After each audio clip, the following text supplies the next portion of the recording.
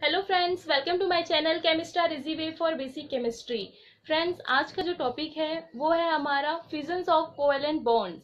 ठीक है, यह विदलन सहसंयोजक बॉन्ड का किस तरह से विदलन होता है उसको आज हम लोग पढ़ने वाले हैं। किसी भी रिएक्शन या जो अभिक्रिया होती है उसके लिए आज का जो टॉपिक है वो बहुत ही इम्पोर्टेंट है, क्योंकि जब भी हम कोई भी रिएक्शन पढ़ते हैं या रिएक्शन मैकेनिज्म पढ़ते हैं तो जब सबस्ट्रेट और रिएजेंट मिलकर, ठीक है, सबस्ट्रेट और रिएजेंट मिलकर कोई प्रोडक्ट बनाते हैं उससे पहले एक स्पीसीज बनता है जिसको इंटरमीडिएट या मध्यवर्ती बोला जाता है। तो आज का जो टॉपिक है फिजन, कि किस तरह से कोवेलेंट बॉन्ड या सहसंयोजक बॉन्ड का फिजन होता है या वो टूटता है। ठीक है, किस तरह से वो टूट जाता है, तो वो उससे हमको पता चलेगा कि आपको कितने टाइप्स के इंटरमीडिएट क्या है मिलते हैं किसी भी रिएक्शंस में। तो बहुत ही इंपॉर्टेंट है किसी भी रिएक्शंस के लिए, ध्यान से समझिए और मेरे साथ साथ नोट्स बनाते हुए चलिए। बहुत ही अच्छे से समझेंगे, लास्ट तक जरूर देखिए। अच्छा लगे तो लाइक कीजिए, सब्सक्राइब कीजिए एंड ज्यादा से ज्यादा हो सके तो शेयर कीजिए। स्टार्ट करते हैं आज का टॉपिक। ठीक है, सो फ्रेंड्स स्टार्ट करते हैं फिजन ऑफ कोवेलेंट बॉन्ड्स और होमोलैटिक हेटेरोलैटिक बॉन्ड फिजन, जिसको बोला जाता है समांस एवं विषमांस बंध विदलन भी बोला जाता है। ठीक है, जब हम लोग किसी भी रिएक्शन की बात करते हैं ना, जब हम लोग ऑर्गेनिक रिएक्शन मैकेनिज्म पढ़ते हैं या किसी भी रिएक्शन की बात करते हैं तो जो कार्बन के मॉलिक्यूल्स होते हैं, ठीक है, उनमें प्रेजेंट जो कोवेलेंट बॉन्ड होता है या सहसंयोजक बंध जो होता है वो क्या होता है, टूट जाता है।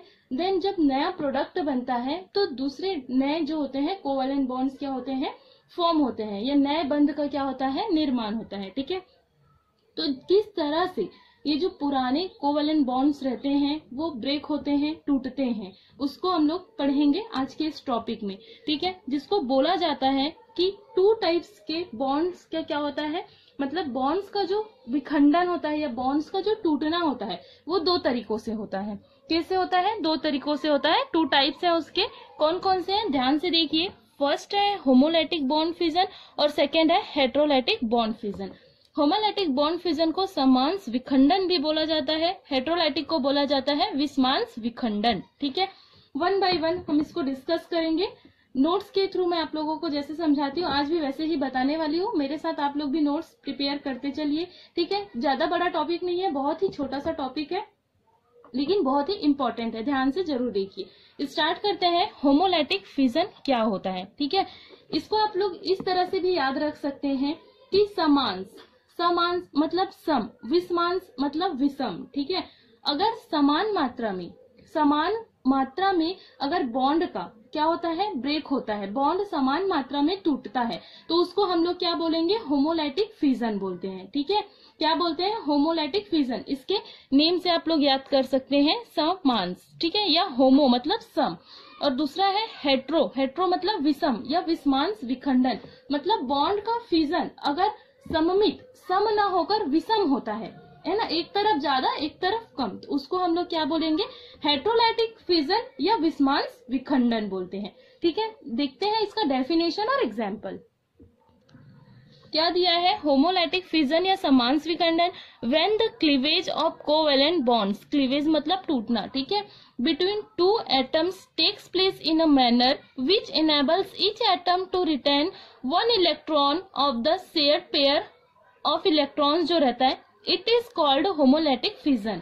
ठीक है, ऐसे बोलने से समझ में नहीं आएगा लेकिन वही है कि हम जब भी कोवेलेंट्स की बात करते हैं, कोवेलेंट बॉन्ड्स की बात करते हैं, ठीक है, जब भी कोवेलेंट बॉन्ड्स की बात करते हैं, जैसे एक एटम दिया है, यहाँ पर एक मॉलिक्यूल है ना, ए और बी एक मॉलिक्यूल है जिनके बीच में कोवेलेंट बॉन्ड्स क्या है, प्रेजेंट है। अगर हम होमोलैटिक फिजन की बात करते हैं तो जब ये जो बॉन्ड जो है कोवेलेंट बॉन्ड, अगर इसको हम ब्रेक करते हैं, ये बॉन्ड जब क्या होता है, ब्रेक होता है, तब क्या होगा कि इनके बीच में जो शेयर्ड पेयर ऑफ इलेक्ट्रॉन्स होते हैं, कोवेलेंट बॉन्ड्स का मतलब ही यही है कि शेयरिंग से जो बॉन्ड बनता है, ठीक है, इलेक्ट्रॉन्स की शेयरिंग से जो बॉन्ड बनता है वो कहलाता है कोवेलेंट बॉन्ड। तो ये जो शेयर्ड कोवेलेंट बॉन्ड्स के बीच का जो इलेक्ट्रॉन होता है उसको दोनों एटम क्या करेंगे, एक एक इलेक्ट्रॉन लेके सेपरेट हो जाते हैं। ठीक है, एक एक इलेक्ट्रॉन लेके क्या हो जाते हैं, सेपरेट हो जाते हैं, और इस तरह से दो अलग अलग एटम्स में क्या हो जाते हैं, वो सेपरेट हो जाते हैं। तो इस तरह का जो फिजन होता है उसको हम बोलते हैं होमोलैटिक फिजन। ठीक है, आप यहाँ पर ध्यान से देखिए, यहाँ पर एक मॉलिक्यूल दिया हुआ है Br2 का, जिनके बीच में क्या दिया हुआ है, इनके आउटर सेल जो है, देखिए यहाँ पर 2 2 2 और एक 7 इलेक्ट्रॉन्स। ठीक है, इसके पास भी 2 2 2 और एक 7 इलेक्ट्रॉन्स है। इनके दोनों ब्रोमीन जो एटम है उनके आउटर मोस्ट सेल पे 7 7 इलेक्ट्रॉन्स है। अब इनको ऑक्टेट कंप्लीट करने के लिए इन्होंने क्या किया है, यहाँ पर कोवेलेंट बॉन्ड्स बना लिया है, और ये दोनों आपस में मिलकर क्या बना लिए हैं, Br2 मॉलिक्यूल बनाए हैं। ठीक है, Br2 का जब मॉलिक्यूल बना है, अब इनके बीच में जब होमोलैटिक फिजन होता है, इनके बीच में जब होमोलैटिक फिजन होगा तभी क्या करेगा, एक जो Br है, ठीक है, एक Br एटम अपने जो शेयरिंग का इलेक्ट्रॉन रहेगा उसको लेकर यहाँ पर देखिए सेपरेट हो गया है। ठीक है, एक इसने क्या किया था, अपना इलेक्ट्रॉन दिया था जिससे इसके ऑक्टेट कंप्लीट हो जाए, और इसने अपना एक इलेक्ट्रॉन इसको दिया था जिससे इसका ऑक्टेट क्या है, कंप्लीट हो जाए। तो इसने क्या किया है, एक इलेक्ट्रॉन लेकर क्या हुआ, सेपरेट हो गया। सेम वैसे ही जो फर्स्ट वाला Br था, Br एटम, उसने भी अपना एक इलेक्ट्रॉन लेकर क्या हो गया, सेपरेट हो गए। तो इस तरह से हमारे पास क्या बन गए हैं, दो Br रेडिकल्स क्या है, हमें मिल गए, जिनके ऊपर एक एक क्या है, ऑड इलेक्ट्रॉन्स, मतलब एक एक इलेक्ट्रॉन्स क्या है, प्रेजेंट है। ठीक है, विषम इलेक्ट्रॉन क्या है, इनके पास प्रेजेंट है। तो ये जो इस तरह से बना हुआ जो प्रोडक्ट होता है इस फिजन में, वो कहलाता है हमारा फ्री रेडिकल, जिसके पास क्या रहता है, एक अनपेयर्ड इलेक्ट्रॉन प्रेजेंट रहता है। तो आपको ये चीजें याद रखनी है कि होमोलैटिक फिजन जब भी होता है तो जो प्रोडक्ट, जो उत्पाद हमको मिलता है, वो क्या रहता है, हमारा फ्री रेडिकल रहता है। ये सारी चीजें इसीलिए बता रही हूँ क्योंकि जब आगे हम लोग इंटरमीडिएट पढ़ेंगे कि किसी भी रिएक्शन मैकेनिज्म में जो मध्यवर्ती उत्पाद, मतलब जो मध्यवर्ती स्पीसीज जो बनते हैं, ठीक है, उसके बारे में जब हम पढ़ेंगे तो हमको पता होना चाहिए कि होमोलैटिक और हेट्रोलिटिक फिजन जब होता है तो उसमें कौन सा प्रोडक्ट हमको मिलता है। तो आपको याद रखना है कि जब होमोलैटिक फिजन होता है तो हमको क्या मिलता है, फ्री रेडिकल्स मिलता है। तो आपको समझ में आ गया होगा। यहाँ पर इस कर्व के थ्रू ध्यान से देखिए, मैंने मतलब बताया है कि यहाँ से एक इलेक्ट्रॉन क्या हो रहा है, मूव होके अपने अपने एटम्स के पास क्या हो रहे हैं, चले जा रहे हैं। ठीक है, तो डेफिनेशन भी वही था और इसका एग्जांपल्स भी वही है कि जब भी क्लीवेज होता है कोवेलेंट बॉन्ड्स का, तो जो शेयरिंग के जो दोनों इलेक्ट्रॉन रहते हैं उसको एक एक एटम लेके क्या होते हैं, चले जाते हैं। मतलब अगर दो इलेक्ट्रॉन प्रेजेंट है तो दोनों एटम एक एक इलेक्ट्रॉन लेके चले जाएंगे। बराबर में इलेक्ट्रॉनों का डिस्ट्रीब्यूशन होता है, ठीक है, एकदम बराबर में होता है, इसीलिए इसको समान सममित या होमोलैटिक फिजन बोला जाता है। ठीक है, नेक्स्ट है हमारा हेट्रोलिटिक बॉन्ड फिजन या विस्मांस। आपको नाम से याद रखना है, अगर चाहते हैं तो आप दोनों नाम याद रख सकते हैं। ठीक है, और जिससे आपको इसके डेफिनेशन को याद रखने में इजी होगा। अब इसमें क्या दिया हुआ है कि इन हेट्रोलिटिक क्लीवेज, ठीक है, जब हेट्रोलिटिक क्लीवेज होता है, the bond covalent bonds break in such a fission that the shared pair of electron remains with one of the fragments. One atom has a septate electronic structure and a positive charge, and the other a valence octet with at least one lone pair and a negative charge. अब इसका मतलब क्या है, इसमें positive negative charge बहुत कचड़ा लग रहा है, ऐसा कुछ नहीं है, बहुत ही इजी डेफिनेशन है। क्या बोल रहा है कि जब भी किसी एटम्स, मतलब जब भी किसी मॉलिक्यूल्स के बीच में, ठीक है, कोवेलेंट बॉन्ड्स क्या रहता है, प्रेजेंट रहता है। जैसे यहाँ पर मैंने एक एग्जांपल लिया है HCl मॉलिक्यूल्स, इनके बीच में अगर जब कोवेलेंट बॉन्ड्स प्रेजेंट है तो यहाँ पर ध्यान से देखिए, सेकंड जो लाइन है उसमें क्या लिखा है, one atom has a sextet electronic structure. एक एटम इसमें से क्या करेगा, सेक्टेड इलेक्ट्रॉनिक स्ट्रक्चर बनाएगा। कैसे बनाएगा, तो इसमें विस्मांस या हेट्रो का मतलब होता है कि इस शेयर्ड पेयर ऑफ इलेक्ट्रॉन को, बॉन्ड, जो बॉन्ड के बीच में दो इलेक्ट्रॉन है, ठीक है, ठीक है, तो क्या बोल रहा है यहाँ पर कि इस शेयर्ड पेयर ऑफ इलेक्ट्रॉन को कोई एक एटम लेके चला जाएगा। ठीक है, जो एटम लेके चला जाएगा वो क्या करेगा, and the other a valence octet, ये अपना ऑक्टेट क्या करेगा, कंप्लीट कर लेगा। आगे एक स्ट्रक्चर मैं बताऊंगी, जैसे मैंने फर्स्ट होमोलिटिक में बनाया है, जिससे आपको अच्छे से समझ में आ जाएगा। तो यहाँ पर क्या दिया है कि इसने अपना ऑक्टेट क्या किया है, कंप्लीट कर लिया है, और कौन सा चार्ज गेन किया है, नेगेटिव चार्ज। ये जो है उसने क्या किया है, ये जो है इसने अपना इलेक्ट्रॉन क्या किया है, दे दिया, डोनेट कर दिया। तो इसने कौन सा चार्ज गेन किया, पॉजिटिव चार्ज। ठीक है, ध्यान दीजिएगा, इसमें क्या बोला गया है कि जब इस तरह के मॉलिक्यूल में कोवैलेंट बॉन्ड का फिजन होता है, हेटेरोलिटिक फिजन कराते हैं, तो जो शेयर्ड इलेक्ट्रॉन होते हैं उसको कोई एक एटम क्या करता है, लेके चला जाता है। मतलब अगर दोनों के बीच में 2 इलेक्ट्रॉन है तो इसमें क्या होता है, असममित विखंडन होता है, या असममित एसिमेट्रिक बॉन्ड फिजन होता है, बोल सकते हैं। ठीक है, बराबर हिस्सों में नहीं बढ़ता है। ये क्या होता है यहाँ पर कि एक जो एटम है वो इलेक्ट्रॉन को लेकर पूरा चला जाएगा और दूसरे के पास कुछ भी नहीं रहेगा। तो इसके पास ऑक्टेट कंप्लीट नहीं है, तो ये सेक्टेट इलेक्ट्रॉनिक स्ट्रक्चर शो करता है।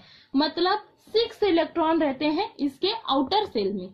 ठीक है, और इसके पास जो है इलेक्ट्रॉन ले जाने के कारण नेगेटिव चार्ज आ जाता है और एक लोन पेयर क्या रहता है, प्रेजेंट रहता है, और ये जो होता है वो ऑक्टेट स्ट्रक्चर शो करता है। ठीक है, तो ये आपको पता होना चाहिए। हेटेरोलिटिक बॉन्ड फिजन में पॉजिटिव और नेगेटिव चार्ज मिला है। अब क्या होता है ये पॉजिटिव और नेगेटिव चार्ज। ठीक है, जैसे होमोलिटिक बॉन्ड फिजन में हमको ऑड इलेक्ट्रॉन मिले थे, जिसको हमने नाम दिया था फ्री रेडिकल्स का, वैसे ही हमको हेटेरोलिटिक बॉन्ड फिजन में मिला है पॉजिटिव एंड नेगेटिव चार्ज। अब देखते हैं इसको हम क्या नेमिंग करेंगे।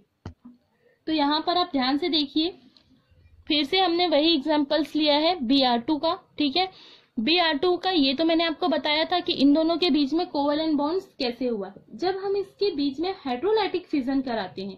ठीक है, हेटेरोलाइटिक फिजन होने पर आप ध्यान से देखिए क्या किया है कि ये जो Br एटम है, ठीक है, ये जो Br एटम है उसने क्या किया, दोनों इलेक्ट्रॉन्स को, दोनों जो शेयर्ड इलेक्ट्रॉन्स थे यहाँ पर, एक इसके और एक इसके खुद के, दोनों को स्वयं अपने आप ही क्या करके लेके चला गया है। ठीक है, जैसे ही ये लेके गया तो अब आप इसके आउटर सेल को काउंट कीजिए, कितने इलेक्ट्रॉन्स है, 2 2 2 2 2 4 8। ठीक है, इसके पास क्या दिया हुआ, 8 इलेक्ट्रॉन्स क्या है, प्रेजेंट है। तो इसने नेगेटिव चार्ज गेन किया, क्यों, क्योंकि इसने शेयर्ड पेयर ऑफ इलेक्ट्रॉन्स को लेके चला गया है। और ये जो है इसके पास सेक्टेट है, आउटर मोस्ट सेल में 6 इलेक्ट्रॉन्स हैं। ठीक है, इसने इलेक्ट्रॉन को दे दिया है, तो इसने कौन सा चार्ज गेन कर लिया है, पॉजिटिव चार्ज।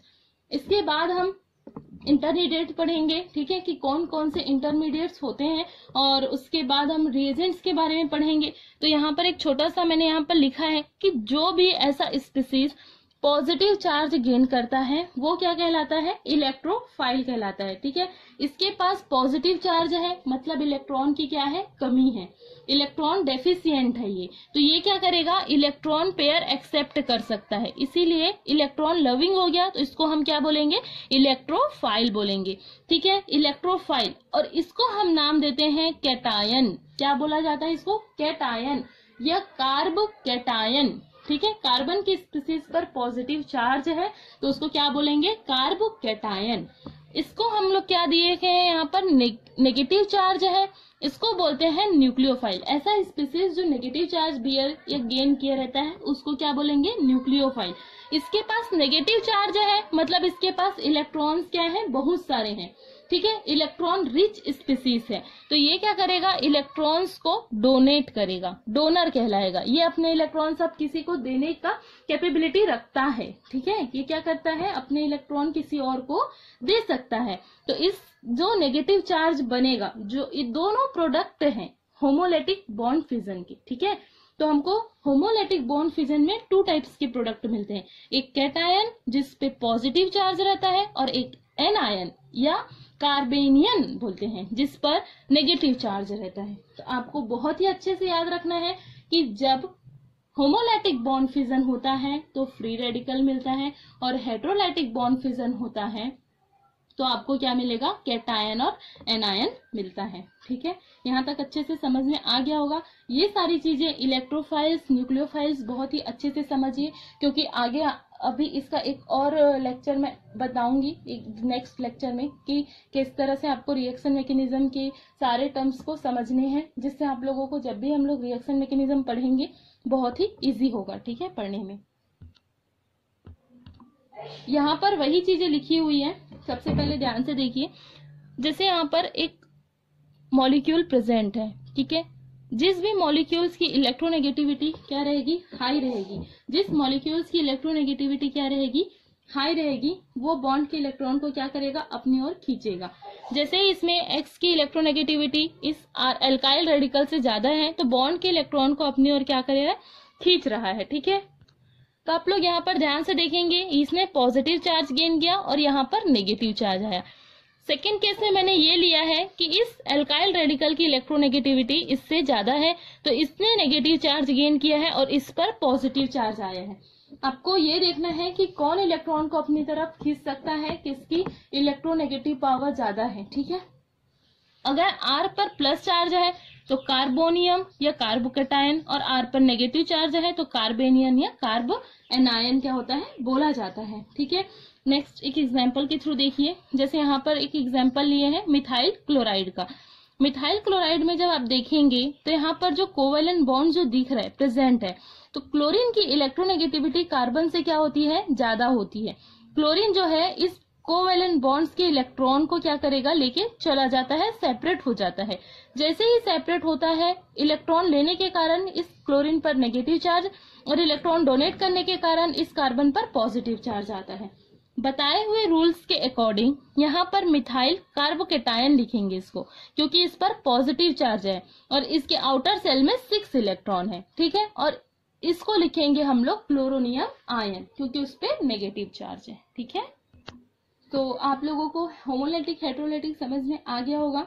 एक नोट्स है जिसको आप लोगों को अपने माइंड में रखना है, इम्पोर्टेंट है, ठीक है, क्योंकि जब हम लोग इंटरमीडिएट पढ़ेंगे तो ये इम्पोर्टेंट होता है कि उस टॉपिक के लिए क्या दिया हुआ है। अभी तक से हमने हेटेरोलाइटिक बॉन्ड फिजन में ये पढ़ा था कि कोई एक बॉन्ड जो होता है वो ब्रेक होता था, ठीक है। होमोलिटिक कोई एक बॉन्ड जो रहता था वो ब्रेक होता था, मतलब कोवेलेंट एक बॉन्ड ब्रेक होता था और उसमें क्या होता था, होने के बाद इलेक्ट्रॉन, जैसे यहाँ पर देखिए, ठीक है। तो जब होमोलिटिक बॉन्ड फिजन होता था तो क्या होता था कि बॉन्ड के जो इलेक्ट्रॉन्स रहते हैं उसको एक एक एटम लेके सेपरेट हो जाते थे, लेकिन उसमें एक ही बॉन्ड का क्या होता था, फिजन होता था, एक ही बॉन्ड क्या होता था, ब्रेक होता था। लेकिन यहाँ पर नोट्स में मैंने क्या लिखा है, if 2 covalent bonds fission at the same time, ठीक है। अगर एक ही टाइम पर 2 अलग अलग कोवेलेंट बॉन्ड्स क्या हो रहा है, ब्रेक हो रहा है, टूट रहा है, तब इस कंडीशन में क्या होगा और कौन सा प्रोडक्ट हमें मिलेगा, ये आपको पता होना चाहिए, ठीक है।